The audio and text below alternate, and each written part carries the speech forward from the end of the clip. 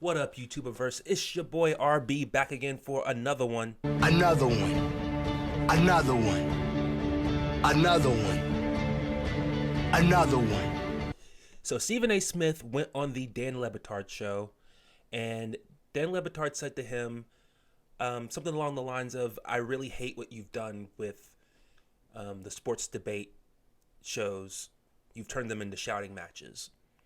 And what happened afterwards was a really interesting conversation that I'd like to talk about. So let's jump right into it. Nuance Machine, episode 12. Let's kick it.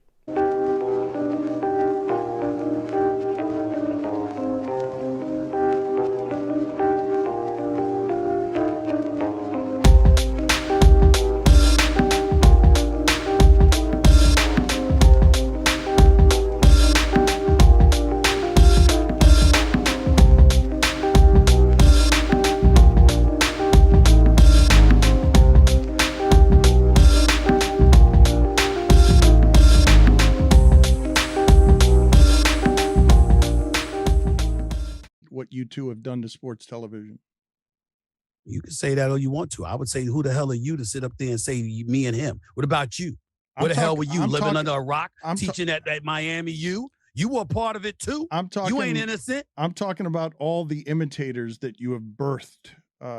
All of the imitators that are all over the place, thinking without the journalism credentials that the point of all this is to turn it into an argument on television. Well, I would take umbrage at what you're saying in this regard, Dan. Those people who don't have a journalism background, who don't exercise journalistic ethics and beyond, how are we responsible for that when our background is based on that? See, now right off the bat, these two are conflating sports journalism and sports debate and sports opinion. Those are not the same thing. Okay, so if you're a guy on YouTube who is breaking stories, doing actual reporting, then yes, you should probably have some journalism credentials. But sports debate, the only thing you need to be qualified to do sports debate is a passion for sports and be well-spoken and a camera. That's it. You got to have some basic ethics, but I mean, that's just ethics as a person. That's not journalistic ethics. You're not just going to go out and make stuff up. I ignored the fact that I was a journalist for the Winston-Salem Journal, the Greensboro News and Record, the New York Daily News, and then the Philadelphia Inquirer.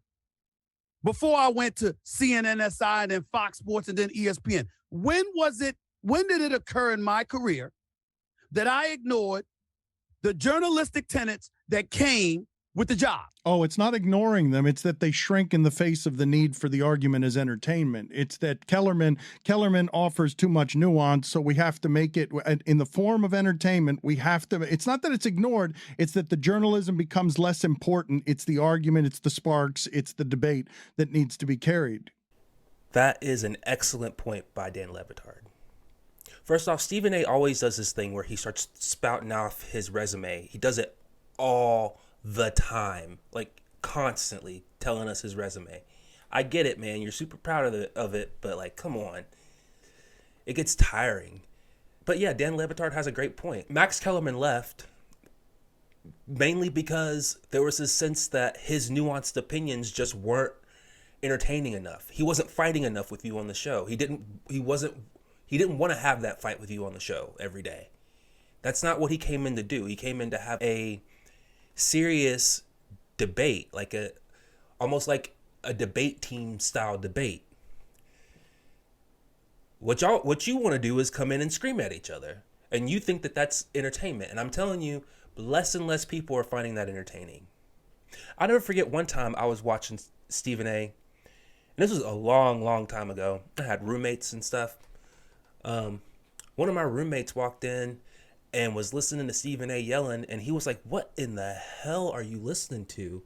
That is so annoying." And I was like, "Yeah, that's Stephen A. He's going on one of his rants." I mean, that's just some dude who doesn't really pay attention to sports, just walking by. So yeah, I mean, sometimes it gets tough to listen to that, Stephen A. I mean, I'm keeping it real, man. It gets really tough to listen to you scream day in and day out. Yeah, but where you're missing the boat, and I'm actually surprised that you're missing it, Dan, is that it's not about us. It's about the money. The fact of the matter is that somewhere along the lines, social media came into play. And even with YouTube, you have the ability to monetize your product. People look at whatever it takes to monetize those products, their product, and they prioritize that, and that dictates what they do. If you are a guy, if you are on social media, and guess what? You don't have to go to college, and you don't have to take 18 credit semester hours like I did each semester. And you don't have to get a bachelor's degree. And all you got to do is go on YouTube, talk smack, find a way to build subscribers and viewers per episode, and monetize your brand, and you get to bypass all of that stuff. And there's an industry that's been put in place that allows you to do that, and you've elected to do that just to get paid. How the hell is that Skip Bayless and Stephen A's fault? Or Dan LeBatard, for that matter? Or anybody else? They created those platforms. It's allowed to be monetized. People see that has the potential to pay you more than a $75,000 to $90,000 salary working in newspapers. Everybody don't have space for you to do talk radio or a television show. So you figured out a way to do this rather than punch a clock, work a 9 to 5 in corporate America at whatever job you're doing. And that's basically been more beneficial monetarily to you. How is that Skip Bayless, Dan LeBatard, Stephen A., Will Bond, Kornheiser, or anybody else? That's actually an excellent rebuttal by Stephen A. But is that a terrible thing? I understand what he's saying, but is that a terrible thing? Like, YouTube has really allowed people to fast track their way into certain careers, whether it be sports journalism or talk shows or a news show or whatever. If you're good at it, you have passion for it, you have talent, you can get on YouTube, do your own thing, and make it. And that's a beautiful thing. So if you have passion for sports like I do, you don't have to go to a 4-year journalism school and then be an intern and grab people's coffee and then be a beat writer and all that. If all you really want to do is give out your sports opinions, because everybody has them.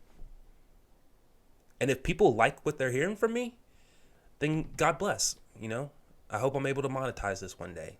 I'm not saying it's not good for television. I'm not saying that. I just know that the show that you did with Skip Bayless was one kind of show, and then the one you did with Max was a different kind of show, at least in part, and you've said publicly that you didn't like how Max wasn't interested in the argument, in the spark.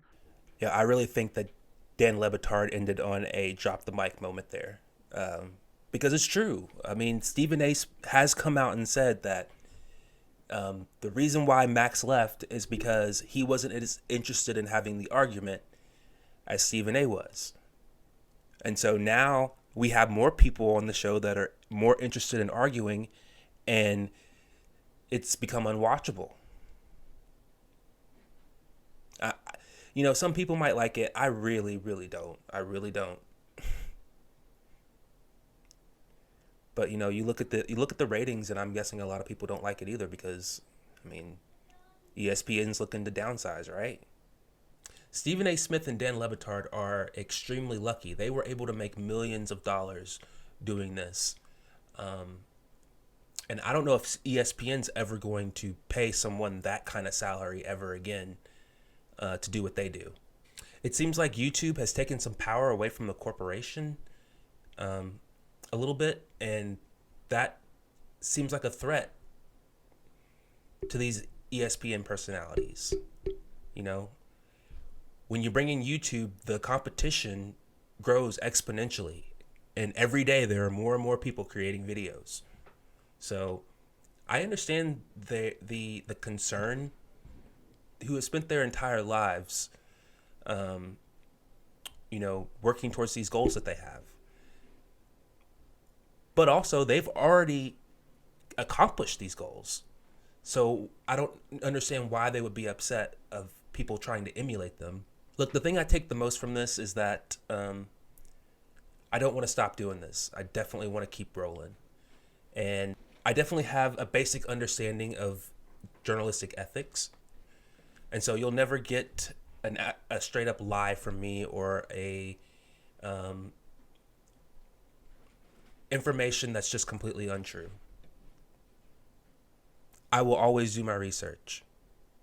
Just at the same time, just because I don't have a journalism degree does not mean that I'm not qualified to speak on sports. I was a 3-sport athlete when I was a kid. Played football, basketball, baseball. Football was the sport that I was best at, played it up until I graduated high school. Basketball is my favorite sport to watch. I will watch basketball of any kind. College, high school, NBA, international, I don't care. Baseball was my favorite sport to play growing up. I wasn't very good at it, but it was fun.